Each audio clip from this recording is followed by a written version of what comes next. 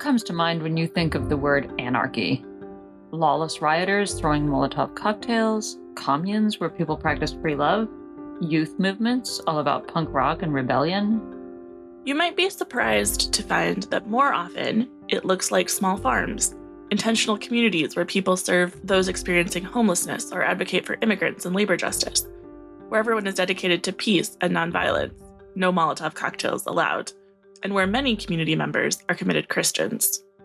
So some people might find the term Christian anarchism to be an oxymoron, but some anarchists are Christians, and in their view, their anarchic principles are simply a logical outcome of their religious faith.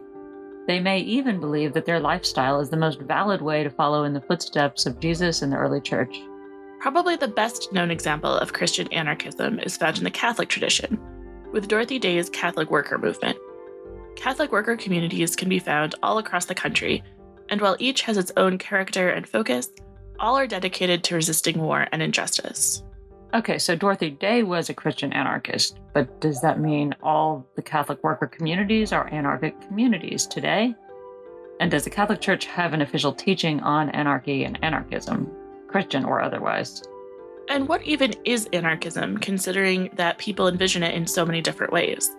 That's what we're going to discuss on this episode of Glad You Asked. Welcome to Glad You Asked, where we answer the questions about Catholicism that are easy to ask, but not so easy to answer. Hey, Rebecca. Hey, Emily. Are you feeling anarchic today? I don't know that I'm ever feeling particularly anarchic. I think maybe according to the Catholic worker definition, you might be. We first started talking about Christian anarchism a year ago, when today's guest wrote a print feature for us about this very topic. And I have to admit, at first, I was a bit skeptical. I didn't know much about anarchy. I thought, what is this going to be about? And I was actually really surprised at what Christian anarchy was and how compelling it was.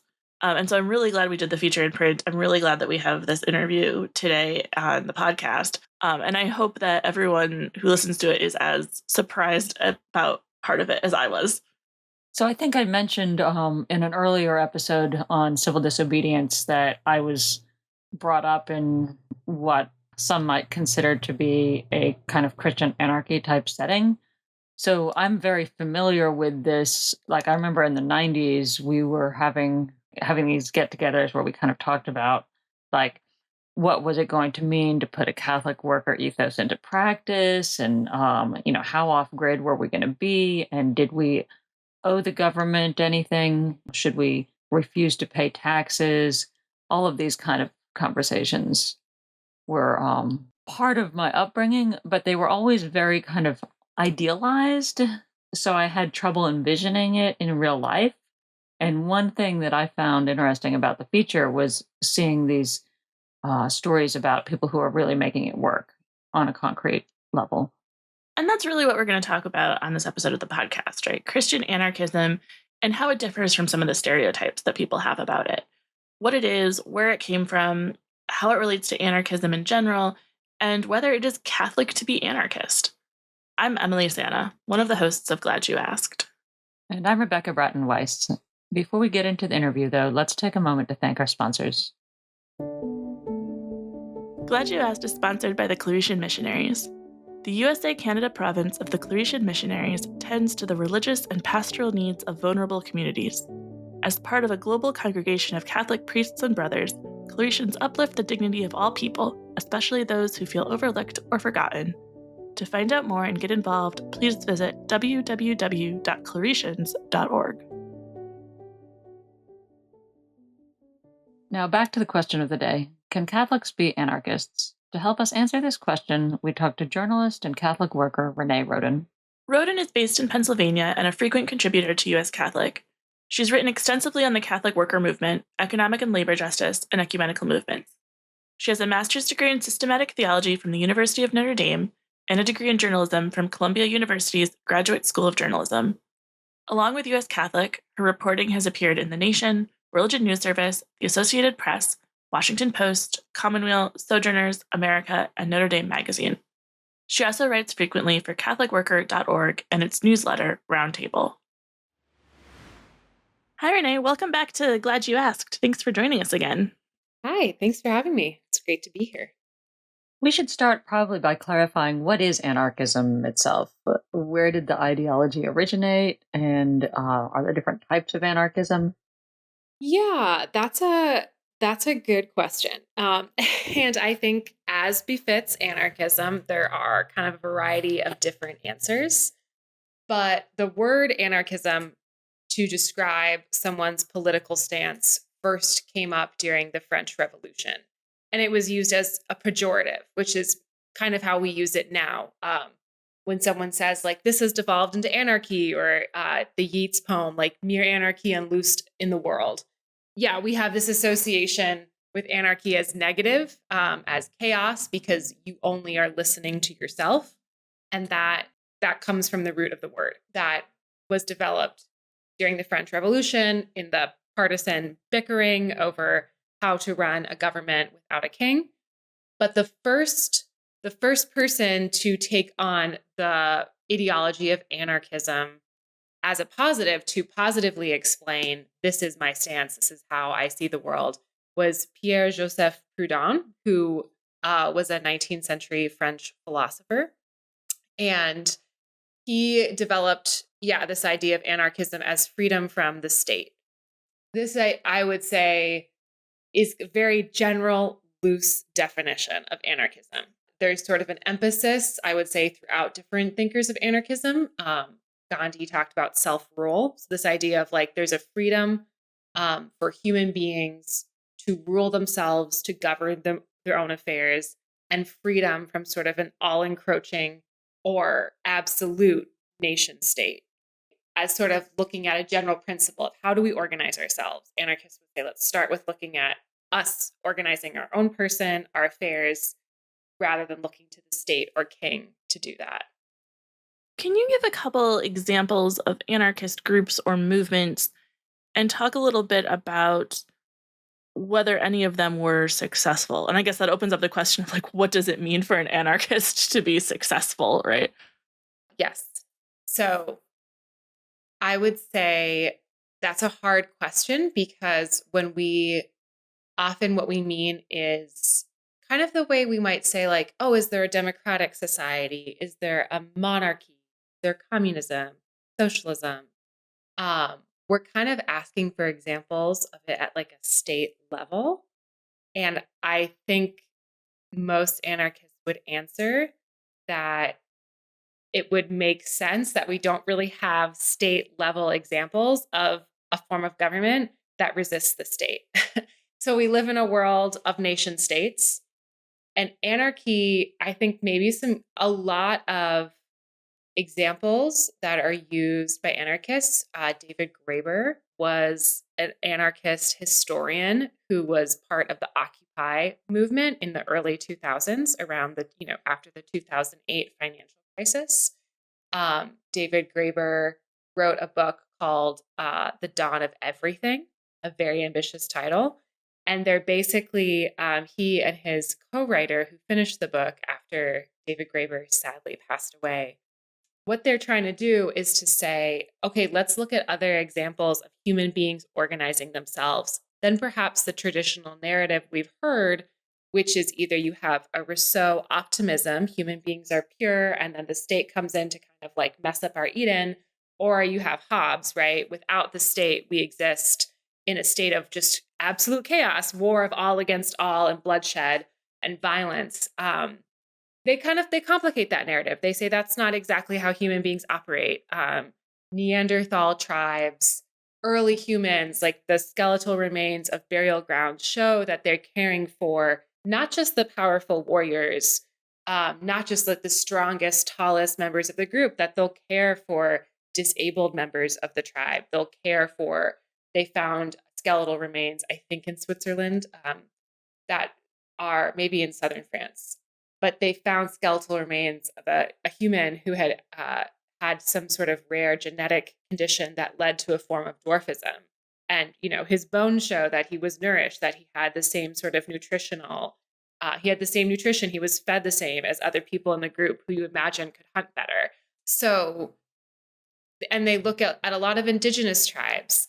While trying, that can be complicated, but they'll look at like the Iroquois Confederacy in the United States as an example of tribes collaborating, kind of honoring each tribe's agency, but also cooperating together for peace and kind of mutual prosperity. The Yanomami people in Brazil are another example they'll use.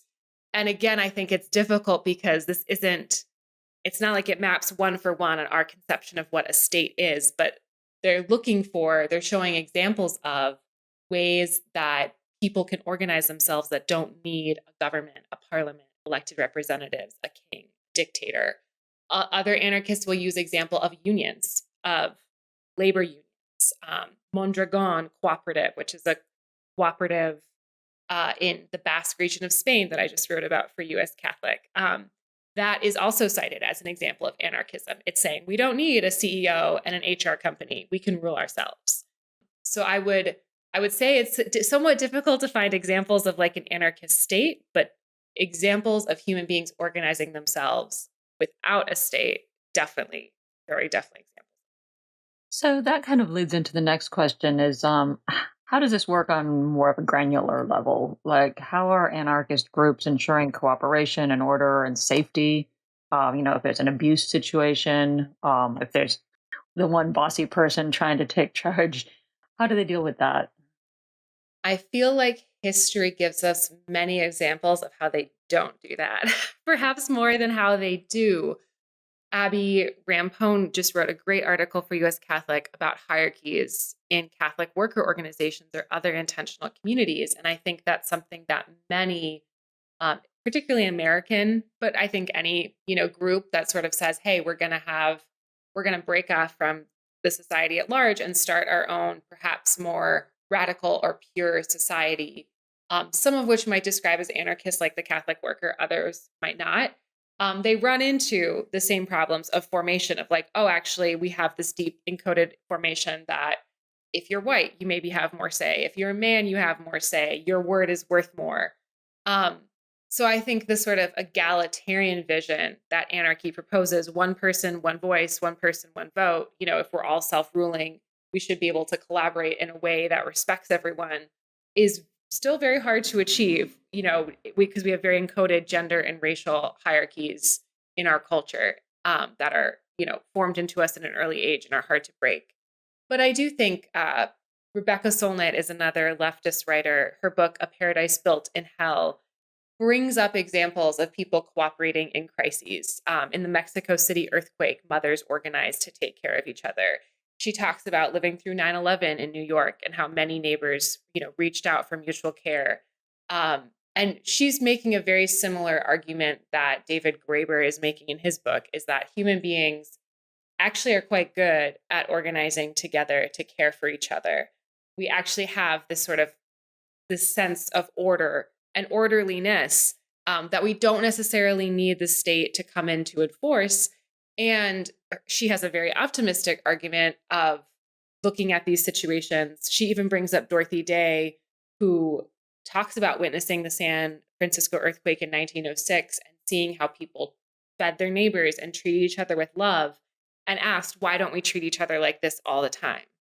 And Rebecca Solnit says in times of crisis, when, our infrastructure is down, when perhaps the state can't function normally, it kind of activates this part of our human person that says, hey, I'm responsible. I have to do something about this.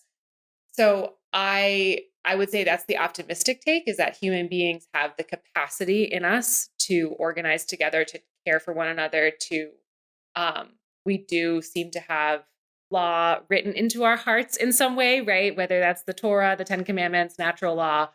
We do have these instincts towards care and, not hurting one another.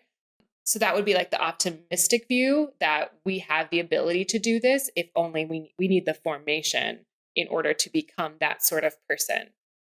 So I think you see there are certain organizing groups that will do deep canvassing techniques where it's basically people going out and talking to their neighbor and sharing stories to try to persuade them for whatever issue, whether that's trans rights, Medicaid, immigration.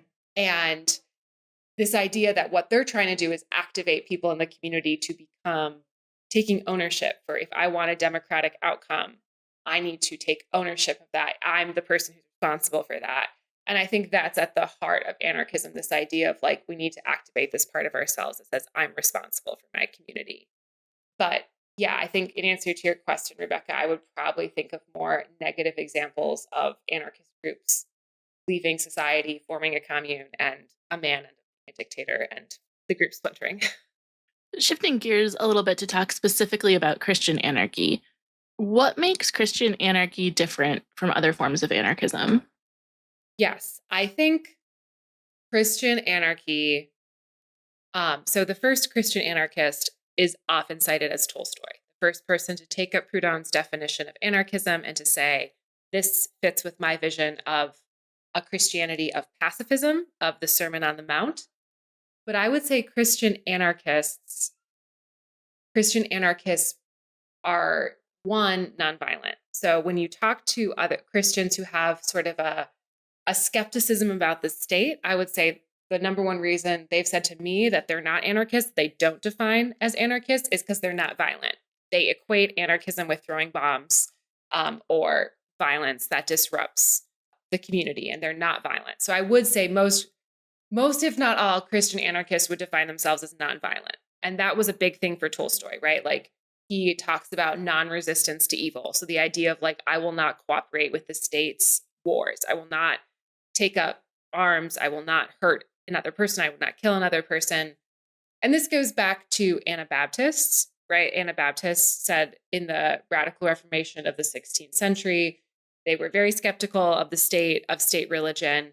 And they said that, no Christian has the right to take up a sword, sort of looking at Christ's line to Peter, right? Those who live by the sword will die by the sword.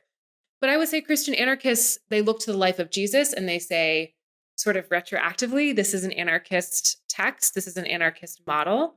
As I reported for US Catholic last year, there are anarchists who would say that they would look even deeper to Samuel, to the Israelites calling for a king, and God saying, that's great, but like, you don't want a king. The king will rule over you and your sons and your daughters. That is sort of this like very early anarchist statement. So I would say Christian anarchists, nonviolent, pacifist, which distinguishes them from other sort of perhaps thoughts of anarchism. And they would root their anarchism very deeply earlier than the 18th century or 17th century and say this comes from the example of Christ. Yeah, so along those lines, were the first Christians anarchists?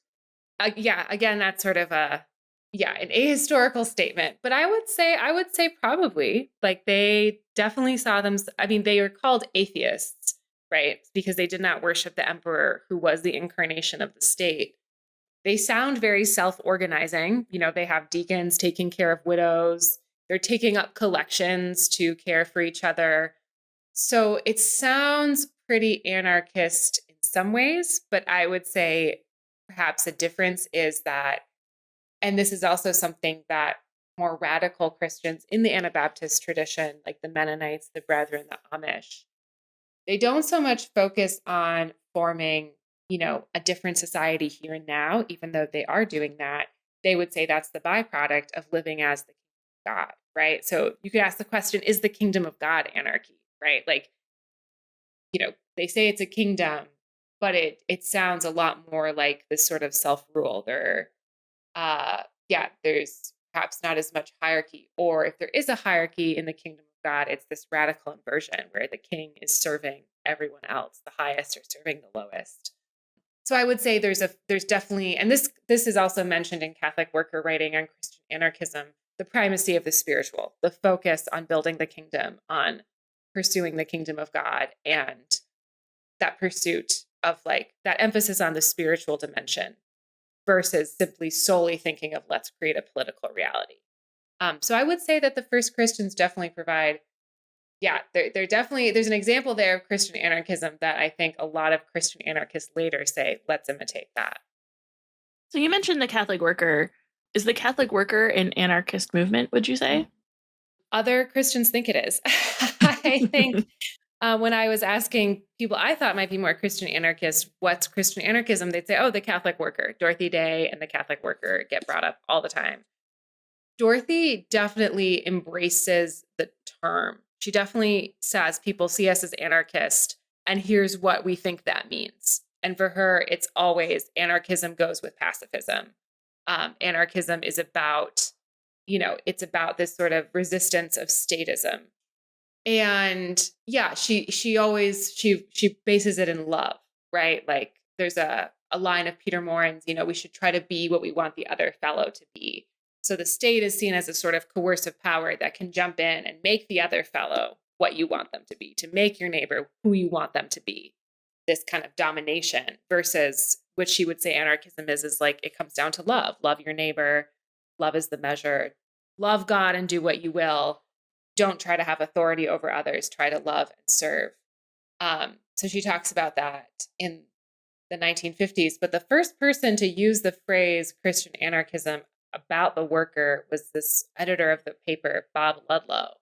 And it's interesting because he started writing these articles on Christian anarchism in the Catholic Worker, talking about the Catholic worker as Christian anarchism after the Second World War. And generally, I think Peter Morin would use the phrase a personalist communitarianism, personalist communitarian. And Dorothy and Bob Ludlow, when writing about anarchism, would also emphasize personalism. And that personalism is really very similar to anarchism in the sense that they're saying you've got to organize a society with the person at the center. Person and their dignity is the most important part of a society. And that person, a personal society, Emmanuel Mounier says, who developed the philosophy, is one that allows each person to be free, to sort of be free to discern their own vocation. So come into the fullness of their being, their mental, their rational, their spiritual abilities, and to pursue what vocation they have discerned for themselves. So the person and their vocation is at the heart of a personalist society. And I think, anarchism can be anarchism. And there's, and in the US, I think it would maybe sound more individualistic, or it would sound more libertarian, perhaps.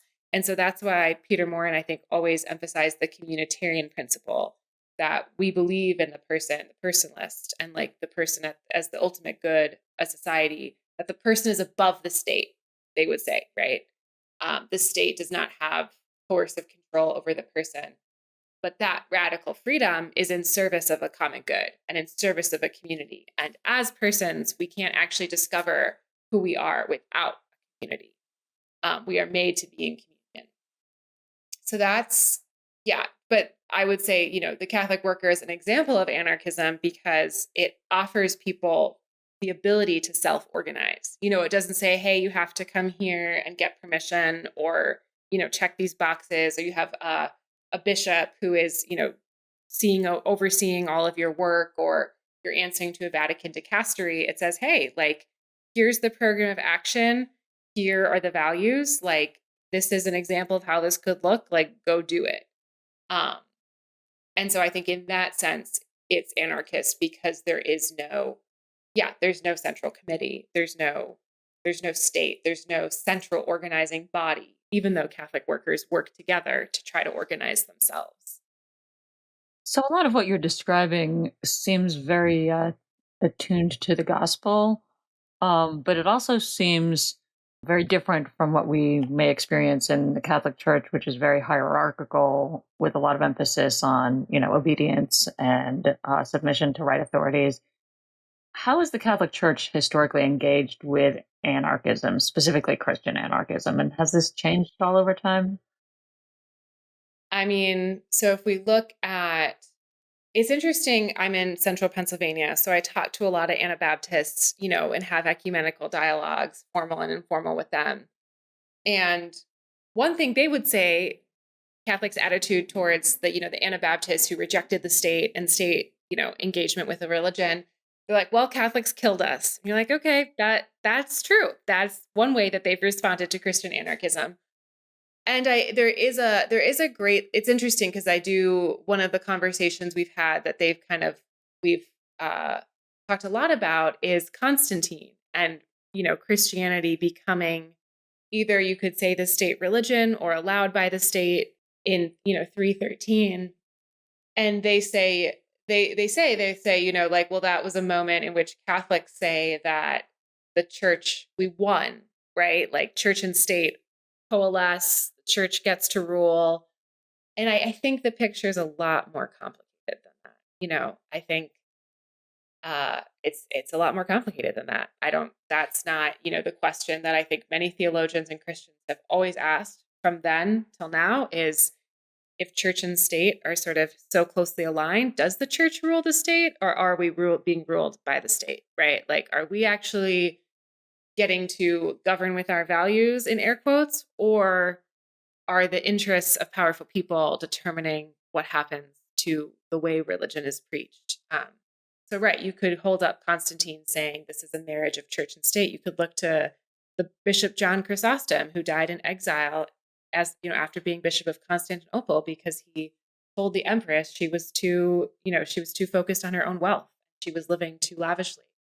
So I think Christianity, you also look to the example of Jesus, is supposed to stand in a prophetic stance against the state, right? Like, we don't call Jesus a prophet because, we call him the Son of God, but I think there is wisdom in our Muslim brothers and sisters calling Jesus a prophet, because he stands in the line of prophets. And the prophet is always the one who comes to the state and says, you are not doing God's will. You must change. You must convert. That's the role of the prophet. People call Dorothy Day and Peter Morin prophets. And I think that's true. They stand in that prophetic line that stands to the state that says, convert. Like, this is the law of God. This is what God wills. And you are not doing it. That prophetic tradition has never been lost. Like, Francis of Assisi was a prophet. That's always been part of the history of the Catholic Church in the Western Hemisphere. Even if, it's hard to deny that it seems like church and state perhaps got a little too close for comfort, right? And perhaps there is too much of an emphasis on hierarchy and authority now, and that inversion that will come in the world to be that God clearly, even if we preach, the poor, the last are first and the first are last, like, does our church really embody that? And I see the 20th century, the 19th and 20th century, really as like the state church and the monarchies kind of crumble. It creates this openness to other forms of state rule. And I think you see the church really asking, after the French Revolution, like, up and through the Second Vatican Council, even today with the Synod on Synodality, the church is really asking, what does it mean to be a church? If it's not just, for so long, the Pope was a physical king. He ruled a lot. He had a lot of land, right? And that slowly shrunk over the past, 500, 250 years, until you have the Lateran treaties of 1929, where the Pope signs over his landholdings in Rome, outside of the Vatican city-state, to Mussolini. And it's like, that is a very big moment of, there was a New York Times journalist Anne O'Hare McCormick, who wrote about this. She was covering Rome in that time. And you can see her really grappling with, like, this is so interesting. This is a world leader who has lost a lot of his land and a lot of his secular rule, but seems to be growing in his spiritual authority as the rest of the world is sort of turning into craven, dictatorial, power-hungry monsters. He's clearly sort of coming forth as like a voice of moral authority. And that trend has clearly continued, right, with popes becoming ever more prominent as sort of like global pastors, as they, we've forgotten that popes were once kings and landholders, outside of the Vatican. And so I really think there was an encyclical that Pope Pius XII wrote that a writer for the Catholic Workers said, this is a Christian anarchist document. He's talking about love of neighbor. He's talking about Christian pacifism and the call to perfection. So I think, the Catholic Workers said very loudly, there's room in the Catholic Church for anarchism. This is a mode of government that we're allowed to, subscribe to as Catholics. And I think a lot of other anarchists would look at that and be like, well, if you have a bishop and a pope, those things don't work. And Catholic Workers would say they do, because the pope and the bishop are not the state. And they are, and I think also, Dorothy Day. And in the Catholic worker tradition, there's a very strong emphasis on primacy of conscience, right? And the idea is, of course, where she writes about obedience to the church, that we're obedient to the church. But for her, it's much more, that does not deny our conscience. That does not deny our freedom of conscience, a well-formed conscience. Ultimately, obedience is about having a well-formed conscience so that you are truly free. It leads to that freedom. So that's perhaps a long-winded answer, but I think those are some of like the main tensions. Flipping the question a little bit, instead of how does the Catholic Church engage with anarchism? How do anarchists kind of engage with the church? How do they square their beliefs with the church's teachings on things like the legitimacy of civil government, or even Jesus saying, "Give to Caesar what is Caesar's"? I think this is where they would probably emphasize, Catholic worker writers like Bob Ludlow and Dorothy Day would emphasize the primacy of the spiritual. I think they would say the Christian who's striving for Christian perfection, just doesn't have, you don't want to participate in the world, and Caesar and the state are of this world.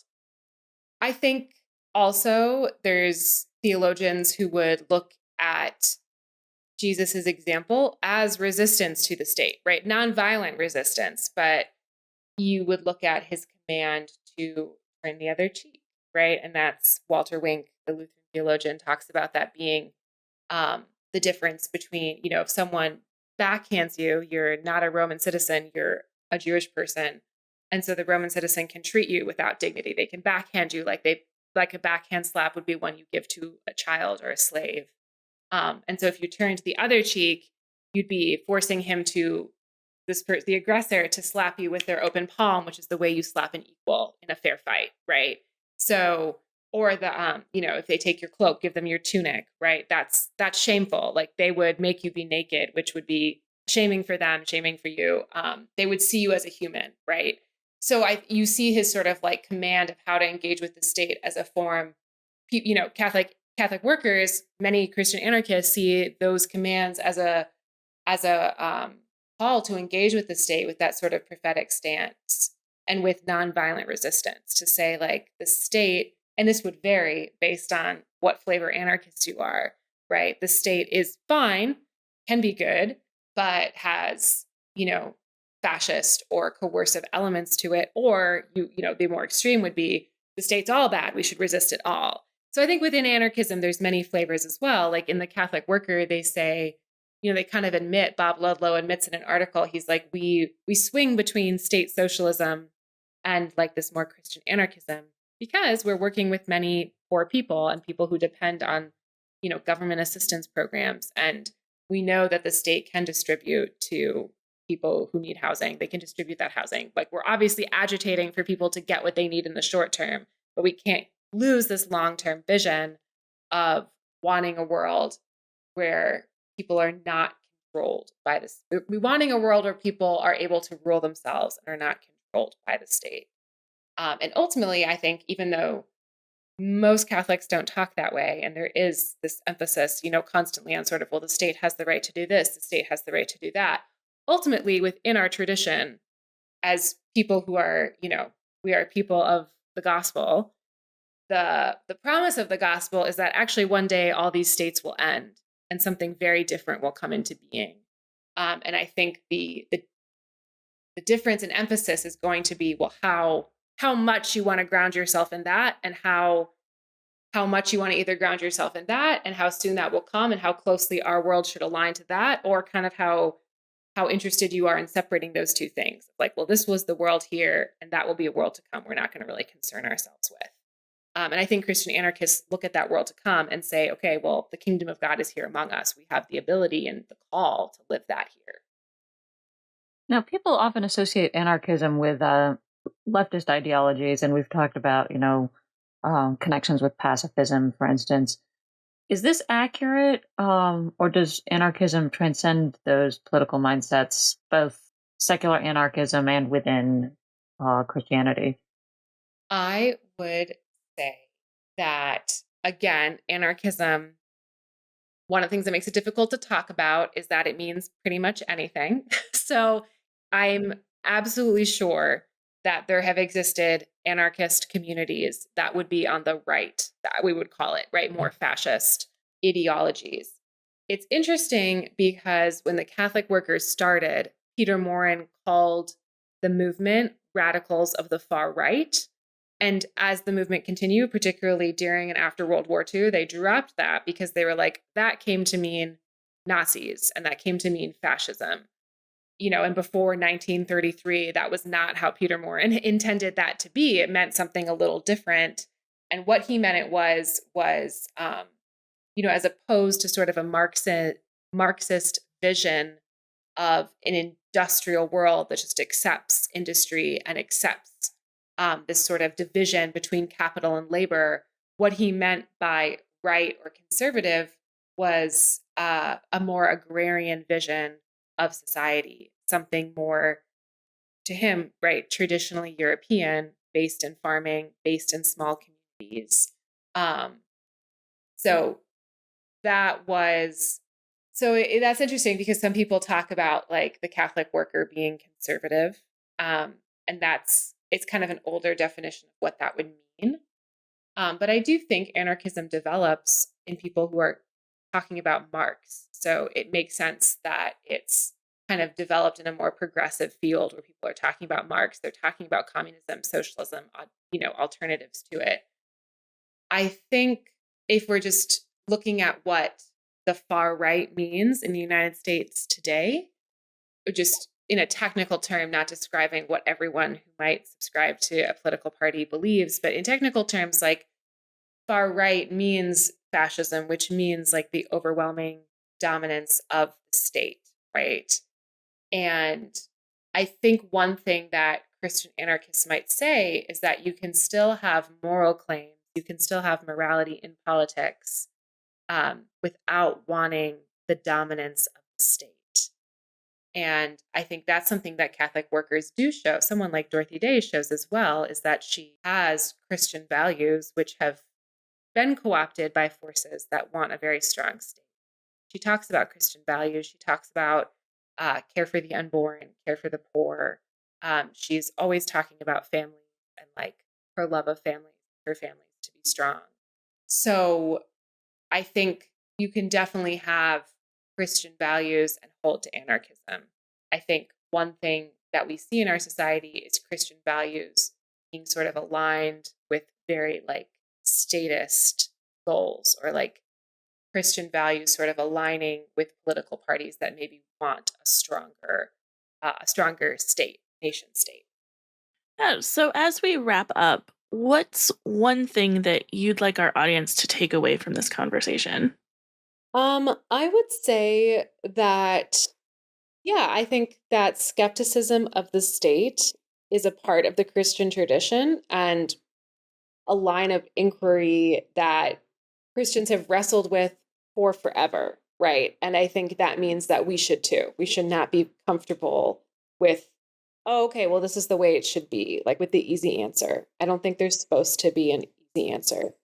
I think that agitation and that prophetic tradition that Jesus is a part of, that the prophets of Israel are a part of, that saints are a part of, they don't often get talked about that way, but they are.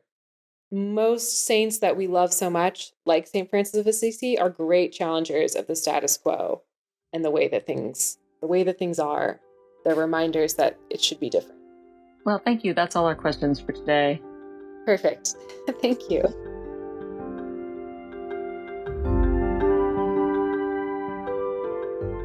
Oh, wow, Rebecca. So what did you think? I could talk about Christian anarchy all day long. And I thought Renée brought an amazing expertise to the conversation that I really appreciated. I think one of the things that really surprised me when we started talking about this topic in general was that I didn't expect anarchism to be so almost optimistic. I think, like many people, I had that stereotype. I grew up in the 90s, right? I had the stereotype of anarchy as like Molotov cocktails and chaos and violence and destruction. And Renée really reframed it as something really creative about trusting people to build community without government control. And it was this really almost utopia-like vision of what the world could be that actually does kind of fit in really well with my own priorities and my own mindset. So that I was really glad we had this conversation, and I was really glad we could challenge some of those stereotypes. Yeah, I think oddly enough, I'm kind of coming at that from a different angle because my experience with people trying to do Christian anarchic communities was not always such as to inspire optimism. So maybe I think what surprised me perhaps is seeing how often it does work. That it's not just some idealistic people getting together and having conversations and then trying to do it and having it all fall apart. And I did appreciate that Renee acknowledged that there are all kinds of challenges built into this, that it's not, it's no longer the 1960s where we think we can just kind of drop out of society and wave a magic wand and everything will be beautiful. And I think that's one of the things I liked best about this discussion was that balance between that kind of optimism, utopianism even, with a real acknowledgement of the real world. Yeah, I think she speaks really well to kind of the fears of our current time. I know that I will have disagreements and discussions with my husband about kind of like the moment we find ourselves in. And my approach is always like, well, yeah, the government's going to let us down and it's going to fail. And then we're all going to have to come together in our local communities, but it's okay because on a fundamental basis, individual people are good and we'll be able to organize ourselves. And I didn't know that that was anarchy, what I was describing. But when she talked about Dorothy Day and Rebecca Solnit, that was a vision that I was like, yeah, that's how I think the future is going to go. I'm with you on part of that. I think again my experiences were not always optimistic. Um I know you might have different opinions about the fundamental ability of people to get along and work for the common good. yeah, it sometimes goes very very wrong. It's funny cuz my dad used to go visit Dorothy Day and argue with her, and I mean she seems to have been a very patient woman, but she finally was kind of like, "Oh, if you know so much, why don't you go start your own community?" and, there's a certain type of pig-headedness that doesn't necessarily lend itself well to being a good community leader. But yeah, that willingness to hope for the better aspects of human nature, I feel like maybe is something we need right now. From whatever angle we're coming at it, I think there's a tremendous amount of pessimism and cynicism about what we can and can't do. And to the point of your story about your dad, I think that ties into our next question, something I wish we'd talked more about, which was I wish we had talked more about how we get from this vision to the actual difficulties of living in community with one another, becoming the kind of individual, the kind of community that can cooperate together without needing control or someone else to control. That seems like the hardest part is building that. And to your point, like, did your dad get there? Right. Uh, so yeah, I wish we kind of dug deeper into what it takes to actually live like that. You have any theories, Emily? What would it take? Necessity. Oh, there's this it's a creative journalism project about what will happen when a big earthquake hits the Pacific Northwest. And so it's a creative writing project, but it is done through thorough research. And I think that project shows people coming together to support one another in the aftermath of this earthquake. And I wish I could think that it would happen without complete government collapse or a complete natural disaster that destroys everything. But that's kind of the limit of my optimism, I think. You know what stands out about that example is that in order for people to come up with those scenarios, they have to do some really hard work and some kind of humbling work, which is, looking at what other people who are experts, looking at real research and being willing to learn. And part of the whole 1970s vibe was very individualistic. And this is my vision. I'm going to follow my vision. And if you're charismatic enough, other people will also follow your vision. and who knows where you'll end up. So that it's not just collaborative, but that dedication to doing the work of understanding even something is like, let's say, food preservation. I grew up canning and freezing and drying, but we were kind of winging it sometimes, and I think maybe we were kind of lucky. So yeah, just knowing the science, like being willing to set aside one's private unfounded convictions or superstitions or kind of whatever it is, and being willing to say, okay, well, this is the real physical world we live in, and if we're going to survive in it, we have to honor and acknowledge these truths. Which is something that has to happen in community, right? To learn how to can, to preserve food, you have to ask someone who's done it before, or or read a book, I guess. But, like you learn from other people. Or another thing that I thought about was how anarchism seems to intersect with subsidiarity. This idea that decisions should happen at the smallest, most local level, right? That is like such a fundamental concept to Catholic social teaching. And there seems to be such an interesting overlap. What Renée was saying about what anarchy is really makes sense in light of Catholic social teaching and subsidiarity. Yeah, it's funny because I almost have an allergy to the term subsidiarity because it gets Right. used a lot by kind of right leaning integralist types who want to get rid of federal plans to help people. um, and yet, as you say, these anarchic communities do sound like great examples of that. And also, especially if they're genuinely egalitarian. And Renée, that was something I appreciated that she acknowledged that, there can be an issue where the strongest and most aggressive person in the group, the loudest person, ends up becoming the unofficial leader. And I think with real subsidiarity, it would be much more communitarian. So this brings us to our last question then. If you were going to preach a sermon on this topic, Emily, what would it be?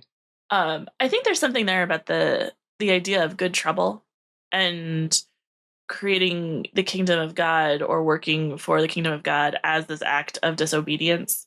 The idea that a Christian community is not built on control or hierarchy, but on love. I think I would want to say something along the same lines about how there's so much stress in the Christian tradition on obedience to the will of God, and women in particular will get reminded that our duty is to obey. Paradoxically, obeying God sometimes means not obeying the earthly authorities that have been put here by other human beings, whether, it might be a patriarchal structure, it might be a aggressive cult leader, it might be the government itself. And in obeying God, even if we're not obeying these other authorities, we haven't violated the biblical principles of obedience. Well, that's our show. Thanks again for joining us for Glad You Asked. If you enjoyed the episode, please tell your friends about the podcast, or leave us a review or rating on whatever podcast platform you listen to. It helps more people to find our podcast. Do you have a question you'd like to hear answered on our show? Email us at editors@uscatholic.org. And please join us next week when we talk about the apocalypse. Before we wrap up, we're excited to share a new ministry for immigrants and anyone impacted by forced migration. This ministry is led by our sponsors, the Claretian Missionaries. Somos, Together We Are Faith, Hope, and Strength, is a social media campaign offering spiritual care and resources for immigrants on their journey. Find us on TikTok, Instagram, Facebook, and YouTube. Help us spread the word and support the migrant community. To learn more, visit claretians.org. Glad You Asked is hosted by me, Emily Santa, along with Rebecca Bratton-Weiss. We're produced by Stephanie Clary and Joki Mercuria, with sound engineering by Nathaniel Hunter and art by Megan Avery.